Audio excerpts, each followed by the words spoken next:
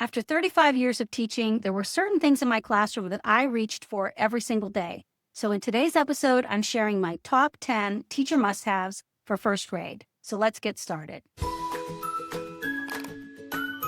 So beginning with number 10 is white cover-up tape made by Post-its. We used this all the time when we were doing shared writing because I'd let the kids help me write on our anchor charts. And sometimes they'd make a letter backwards or they'd misspell a word. And so we'd use this correction tape and we'd put it right over the mistake and then they could fix it. I kept it in a little basket right next to my chair at the carpet, and it was always handy when we needed to fix a mistake.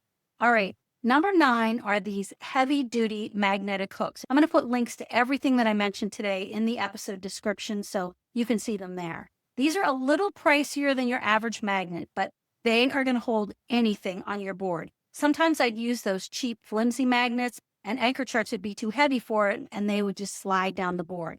These are like iron, and I really like the ones with the hook because if the chart had a hole in it, I could just hang it on the hook. They would hold crafts, everything. So those are great. All right, number 8 is a class set of dry erase boards. I had mine forever, and they really do wear like iron, although I found that sometimes colored dry erase markers would stain, so I always used 𝗏𝗏𝗿𝗀 brand markers because they didn't stain. We used them all the time. I kept them in a little basket on a shelf with the markers, and the kids would just grab one on their way to the carpet. We'd play different games like Word Wars, where I'd say a spelling word or a sight word, and they'd have to try to write it down really fast and be the first one to hold up their board. Or we used them a lot in math when I'd be demonstrating how to do something at the board, and then they'd practice with their board. So dry erase boards are a must.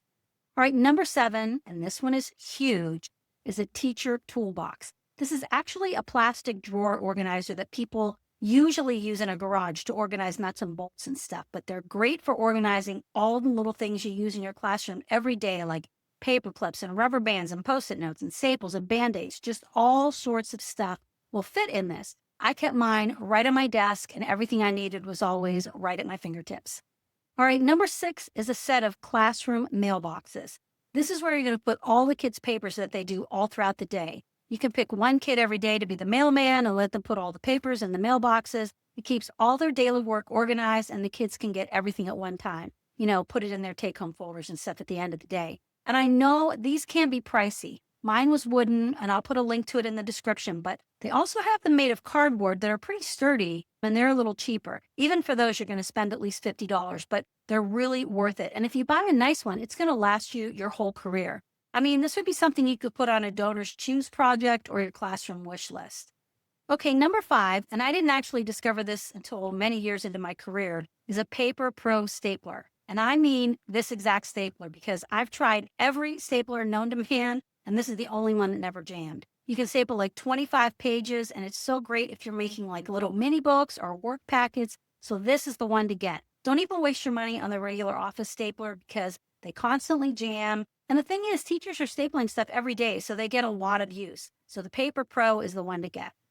All right, moving on to number 4, and this was a game changer in my small groups, is a tabletop easel. These are kind of expensive too, but oh my gosh, this is so nice for small group. I literally use this every single day when I met with my reading groups. One side is a magnetic whiteboard, so we could build words with magnetic letters, or I could demonstrate a skill with an expo marker. And then the other side has a pocket chart with places to store stuff like your markers or your word cards or whatever you use at small group.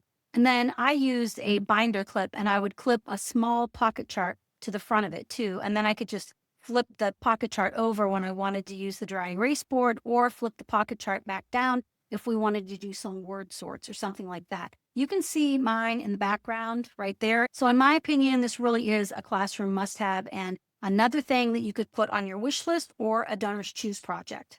Okay, we're almost done, and I hope you stick around to the end because the last one is the thing that I personally use every day without fail for 35 years in my room. All right, number 3 is a personal laminator. And this sounds really expensive, but you'd be surprised they aren't really that much money, and it's so nice to have in your classroom. For one thing, the laminating sheets are way nicer and thicker than the laminator that we had in our teacher workroom.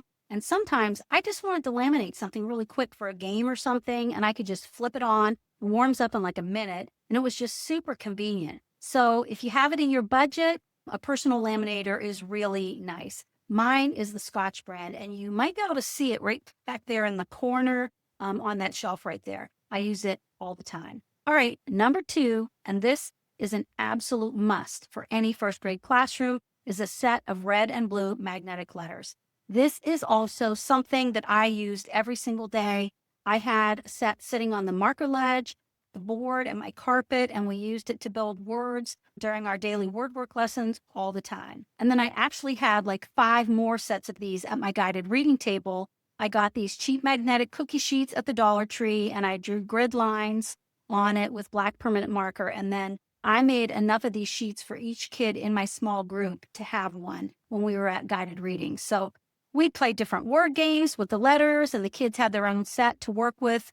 Let me know in the comments if you want to know what some of those games were, and I'll try to make an episode for you on that too. So magnetic letters are a must. All right, and now finally, the one thing that I used every single day in my classroom, and this might actually surprise you, was a paper cutter.